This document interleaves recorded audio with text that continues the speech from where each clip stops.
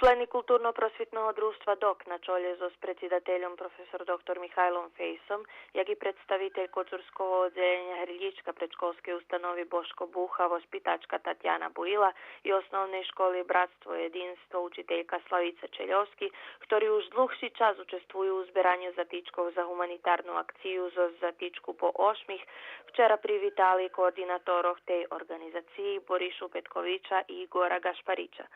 Petkovićovi i Gašparićovi ste nahodi uručeni zatički, ktorý škola, ovoda i dok za to tu namenu nazberali, a zatički prinjesli i da jedni ljudze zozvalalu ta vjedno uručene kolo dzešecki ili zatički.